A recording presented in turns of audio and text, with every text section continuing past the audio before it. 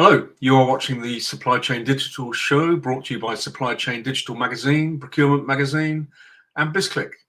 My name is Sean Ashcroft. I'm Editor-in-Chief of Supply Chain Digital Magazine. Now, in this show, we bring you all the latest news, views, analysis, and opinions from the world of supply chain, procurement, logistics, right here on LinkedIn, YouTube, and other digital platforms.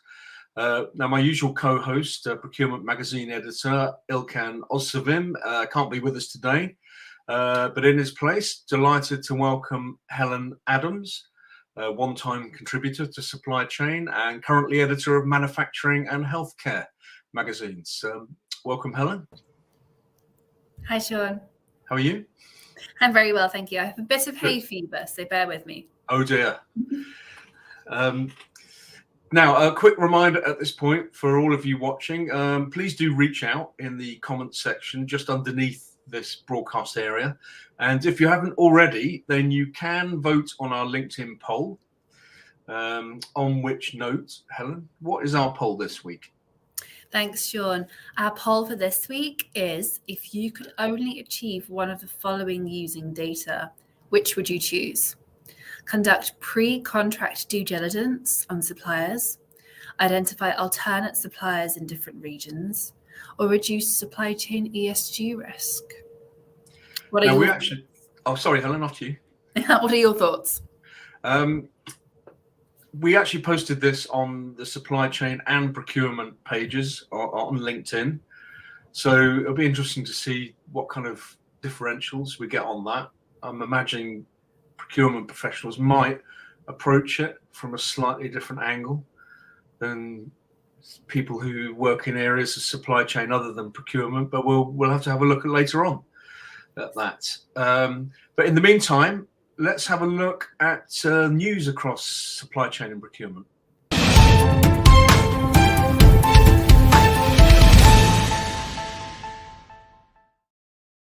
So Helen, why don't you kick us off? Sure. So our first story from procurement is Carbon Zero through ION, hay fever, ION's software as service platform. This story looks at how ION, a provider of trading and risk solutions, has unveiled a solution for trading and managing carbon credits and environmental services throughout their life cycle. Called Carbon Zero, it will help organizations meet their carbon emission commitments and voluntary sustainability targets. At the moment, existing users and newcomers face the significant challenge of managing risk and determining prices amid low liquidity. This solution offers businesses a real-time monitoring of risk exposures, price, and profit loss and predictions. It helps them implement effective hedging strategies and using advanced risk analytics, including stress testing. By providing control over trading portfolios, ION claims Carbon Zero allows firms to optimize carbon inventories, manage carbon emission goals, and profitably trade these certificates alongside other financial instruments. Moving on to supply chain, what caught your eye in May, Sean? Well, first story I'd like to look at is a China-related one. So much going on with China at the moment, you know, geopolitically and also domestically, and in terms of manufacturing. And but anyway, the story that I'm looking at here is one that Bloomberg Law was covering. And they were talking about how major multinational companies, including General Electric, Boeing, Nike, Walt Disney, Starbucks, Apple, all of these massive companies are starting to come under pressure from stakeholders, particularly investors, because the links to China are becoming more problematic and is creating more risk across a number of areas. So these areas include, of course, the geopolitical instability of China at the moment, and its saber rattling over Taiwan, strained relations with the US. Also, there's higher tariffs on Chinese imports, and also new supply chain laws around human rights abuses in in China, notably, in the Uyghurs who live in Xinjiang province. So there's all this risk involved with having a supply chain that's heavily involved in China, and a number of these companies are actually having to put investors on notice about the elevated risk of having their supply chains tied to China. So it's starting to impact investment. And an obvious solution would be for companies to reshore a lot of their manufacturing to their own countries, like semiconductors in the States, for example.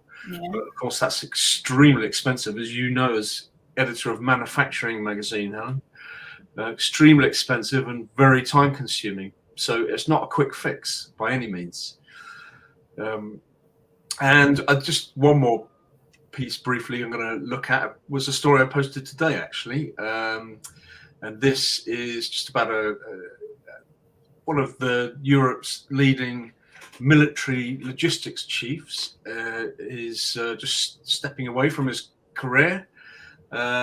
This is the Director of Logistics for the UK Ministry of Defence, Roger West. Has been instrumental in keeping British Armed Forces armed, clothed and fed. And he has been, working tirelessly the last 10 years in that job. And now, of course, these roles are even more important with the war in Ukraine and such like. So we wish him well. So that's supply chain, Helen. Back to you. Thanks, Sean. Well, we're going to take a quick ad break, so don't go anywhere, and we'll see you in a minute.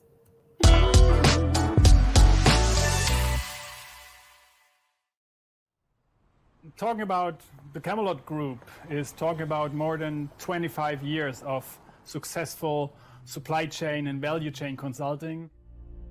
My name is Bastian Kunze, and I'm the responsible partner for supply and operations here at the Camelot Group. Camelot is a leading consulting specialist for value and supply chain management. We connect people, processes, and technology to deliver comprehensive transformation capabilities worldwide to our global clients. The trustful partnership between Henkel and Camelot started more than 10 years ago. We helped Henkel during the last decade in multiple projects in the areas of demand planning, supply planning, as well as production planning, always based on various concepts and different technologies with the aim of innovating the global supply chain processes in the complete Henkel supply network. Elixum is a global software company that has started a new era in operations and supply chain management with its flagship product, the Supply Chain Avatar. We definitely improved the global supply chain processes at Henkel. We were able together to set the right inventories at the right place to overall achieve lower inventory positions, and by that we improved the supply chain resilience in the supply chain network at Henkel.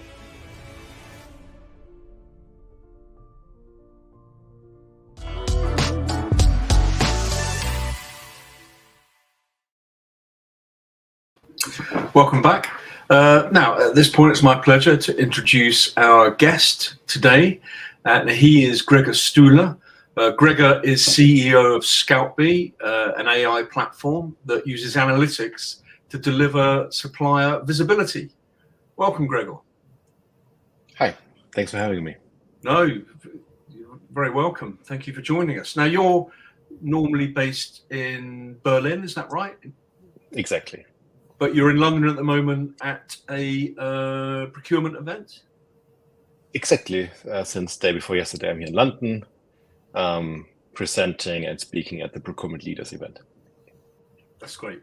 And I just wondered, Gregor just briefly introduced ScoutBee there, but I wondered if you could maybe just go into a little bit of more detail about who you are, a little bit about your background and what it is ScoutBee does.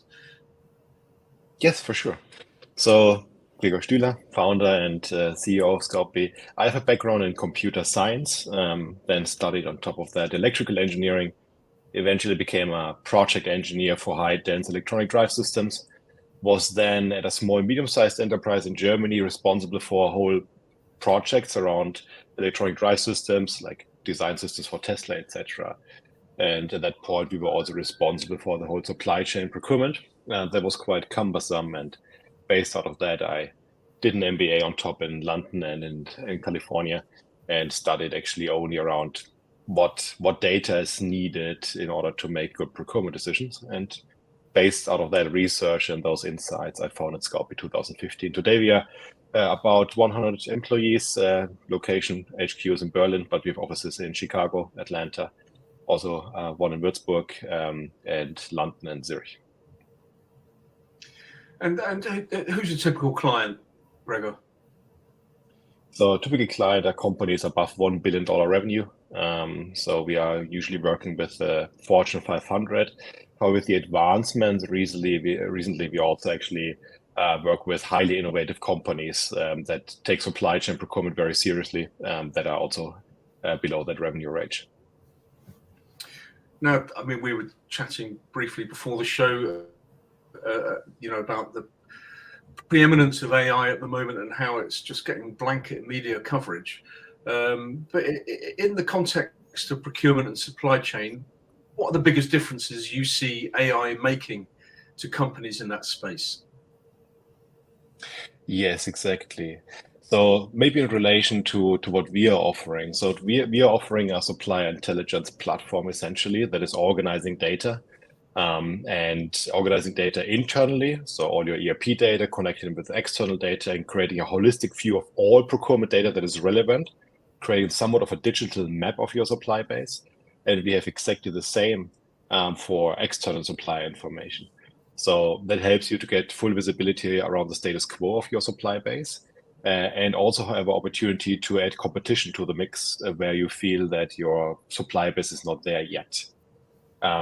And when it comes to use cases between procurement and supply chain, so for supply chain is highly operational, right? So that is about crunching data at light speed, ideally, optimizing operations, etc., and moving the needle 1%, 2% there. Very important. On procurement, though, we see that AI is actually much more powerful when it comes to strategic decisions and strategically optimizing your supply base. And that's a paradigm shift, right? So before, companies were mostly investing in autonomous procurement, invoicing, invoice automation, etc. With the latest advancements in AI, those are less impactful than investing actually in strategically understanding your supply base. And I mean, AI seems to be developing an exponential rate. Is that your experience of it in terms of what it can do for companies and the applications it's capable of? Absolutely. So January, with the release actually of those large language models, including ChatGPT or GPT-4, changed pretty much everything. We have been working with large language model, what is a subcategory of generative AI in the language space since 2017. There were models out there called BERT and Elmo. Those things always have quite funny names. And we have utilized them ever since. The latest advancements, though, are scary almost at speed. And it changes completely the capabilities and the feasibility of certain internal procurement use cases. So things like a completely semantic supplier search, right? What we offered already early in the game is now actually within reach very easily.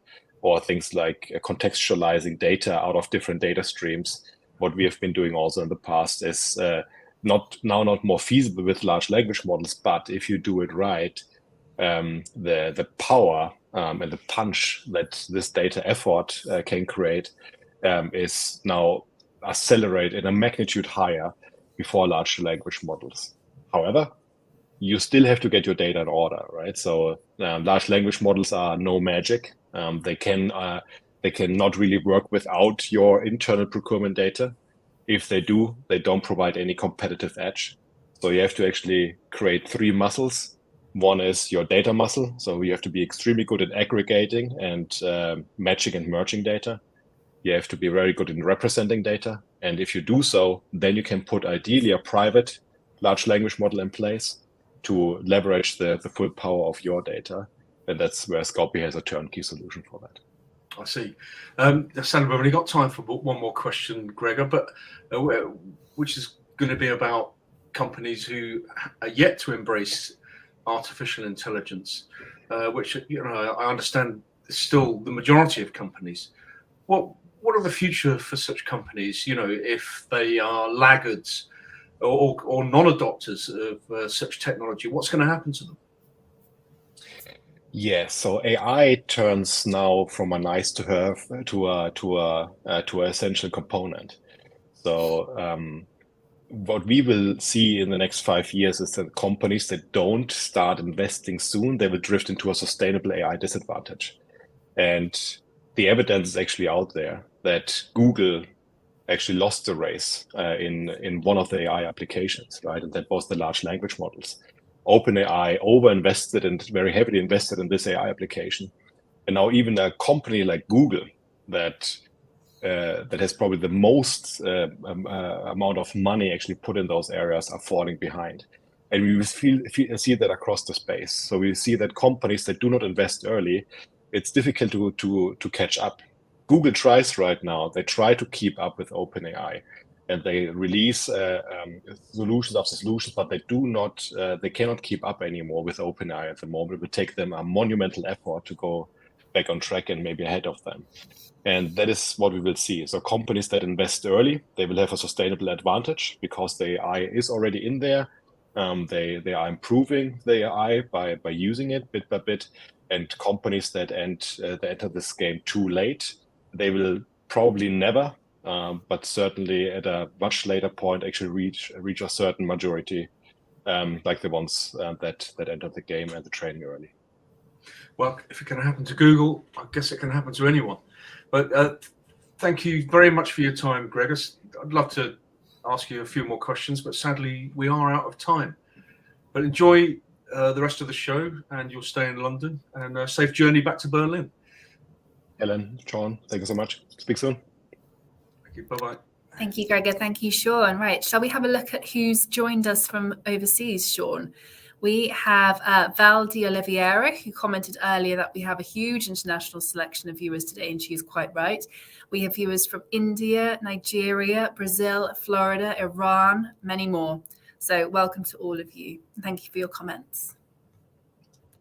Yeah, it's always an international audience on this show.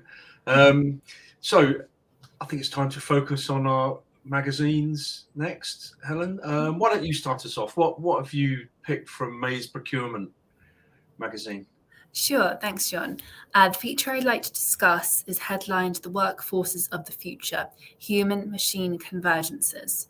We interviewed Matthew Rose, Procurement Transformation Practice Lead at partner KPMG UK. Rose says the digital workforce was born out of a desire to get more from the available talent. But he adds that with the talent crisis facing workforce planning, automation and AI is increasingly being used for value-added tasks, including collaboration, supply market research, and sourcing analytics. According to Rose, the digital workforce is now a blend of human and machine resources woven together in a mutually dependent process. And he says that rather like finding the right procurement staff, the challenge is often uncovering the right technology to join the digital workforce. What about you, Sean? I've chosen a feature that's looking at autonomous transport and logistics, which is, going to be a huge growth area. And I spoke to a chap called Mazen Danaf, who's senior scientist at Uber Freight. Now, this is from a safety perspective, actually, because one of the things about autonomous trucking is that it does cut down, or has the potential to cut down massively on road deaths. And also another benefit is that it can help ease the global shortage of truck drivers and also increase the efficiency of logistics. So it's potentially a huge plus on a number of fronts. Most progress, I think, or the most dramatic progress is being made in the US on this front. So in 2021, self-driving vehicles traveled around 4 million miles in California alone, which was double the previous year's total. Admittedly, many of these miles were non-commercial vehicles, taxis and the like, but an increasing number are being involved in haulage. The safety stats in haulage are actually a little bit scary, because you've got drivers covering colossal different distances. So more than 5,000 lives were lost in large truck crashes in 2019. And so DANAF at Uber Freight is looking to a future that involves autonomous trucking that's also connected with driven trucks. So it's like a hub-to-hub model. So the long schleps between cities will be autonomous, but the last mile, the last 5 miles, the really tricky miles, will be driven by people. So there's an interface between the past and the present, the new and the old. And this is what DANAF is talking about. And he says eventually it will become an essential component of supply chains, and it will help to generate growth in the industry and also offer drivers better working conditions. So on that note, Helen, why don't we steer ourselves over to the poll results? What do we have? Well, here's a quick reminder of the poll question. If you could only achieve one of the following using data, which would you choose?